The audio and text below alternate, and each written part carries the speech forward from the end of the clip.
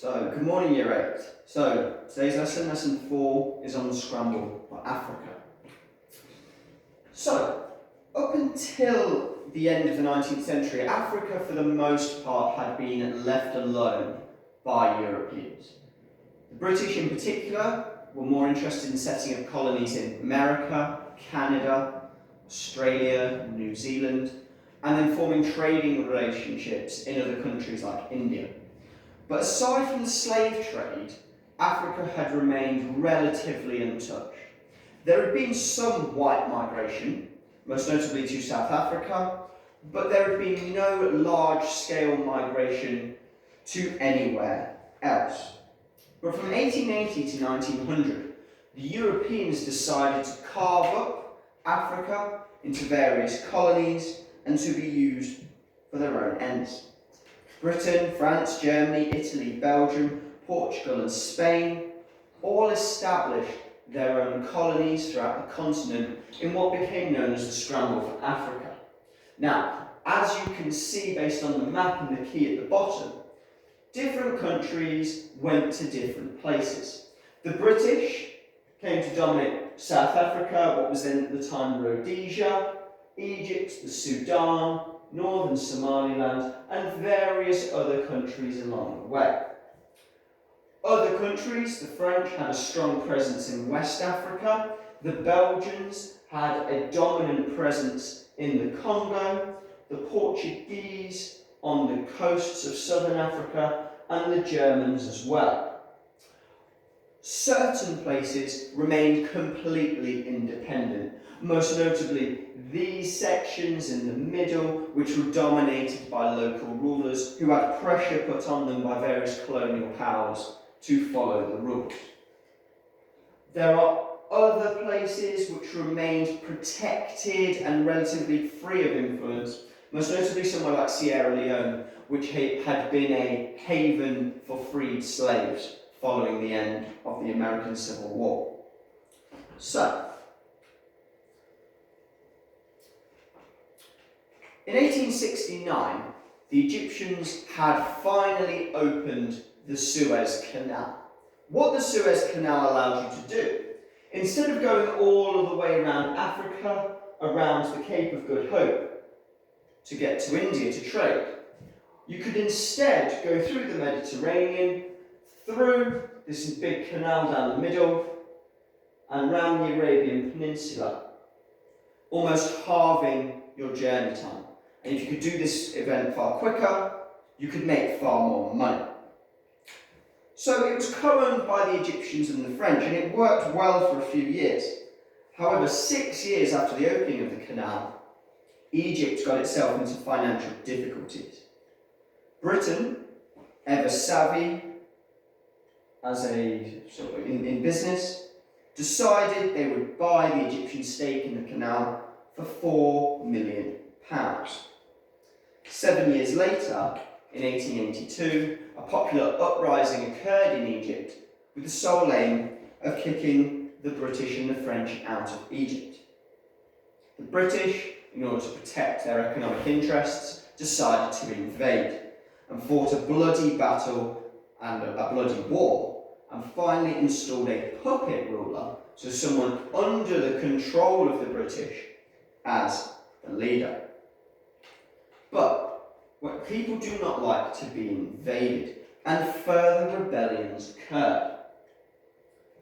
As the British moved south from Egypt into Sudan, a group known as the Mahdists decided to fight back. There was a revolt, and an army led by General Kitchener marched into Sudan to try and put the uprising down. What occurred at the Battle of Omdurman was perhaps one of the bloodiest massacres in the history of the British Empire. The Mahdists were armed with swords, spears and shields, whereas the British were armed with the latest technologies, rifles, revolvers and the infamous Maxim gun, which could fire dozens of bullets every few seconds. The battle was disastrous. Kitchener's army numbered 20,000 and the enemy 52,000. At the end of the battle, the British had suffered 429 casualties, with only 47 of those being killed. The Mahdists had suffered 23,000 casualties. It was a massacre, and as you can see from source A on your sheet, an eyewitness account declares how horrific it had been. So there's the Maxim gun there with British colonial soldiers. Belt-fed machine gun, and it just mowed down anything in its path. So, that established British control in Egypt and in the Sudan. And over the next few years, the British decided to take further colonies in places like Uganda and Kenya, Zanzibar, Pemba, British Somaliland, to establish trading routes and expand their reach. But there was a group of people who were already settled in South Africa. And the British, who wanted to establish South Africa as a British colony. Now, there's a conflict between these two groups of people. The Dutch settlers, or the Boers as they came to be known, did not want anything to do with Britain. They saw themselves as being completely independent. They spoke a Dutch dialect known as Afrikaans, and they could not form an agreement between themselves and the British rulers. The Boers eventually marched north, inland from where they had previously lived, and set up two independent states, the Transvaal and the Orange Free State. At the beginning, in the 1860s when this occurred, the British weren't particularly bothered by this. But later on, once diamonds were discovered in the province, suddenly British businessmen thought that the British government might want to take action to stop this from falling out of British control.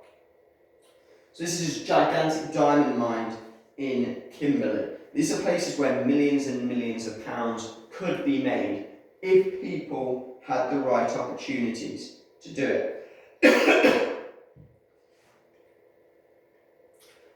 British settlers, eager to capitalise on the potential riches that were to be made, swarmed into the Transvaal and the Orange Free State, and this angered the Boers greatly.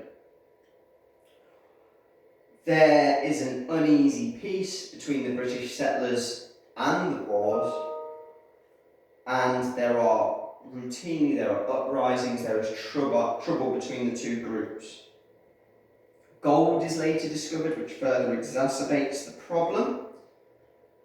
So there is a very difficult relationship between these two groups. Finally, this man right here is Cecil Rhodes, who, if you've been paying attention to the news, the news has been dominated by what is going on at Oriel College in Oxford. Cecil Rhodes was an Englishman who in 1870 arrived in the Cape Colony, and he decided that he wanted to begin investing in diamond mines.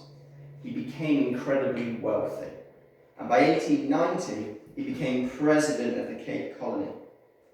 He founded the De Beers Diamond Company and was also the director of the British South Africa Company, which involved exporting and importing products. The company went on to expand, and he grew even wealthier, and it grew not from South Africa and Rhodesia, but into what is now modern-day Zimbabwe and Zambia. Zimbabwe at the time was known as Rhodesia, and it was named after Cecil Rhodes. As you can see from this cartoon, and there's a colour copy in your sheet, Rhodes' grand plan was to build a railway linking South Africa in the south to Egypt and North Africa to expand trade throughout Africa. He never achieved his goal. What you can also see about the man is he sees himself as this dominating presence over Africa, the ruler, the person who's in charge, and the person who should make all of the decisions for himself. Thank you, Lyra.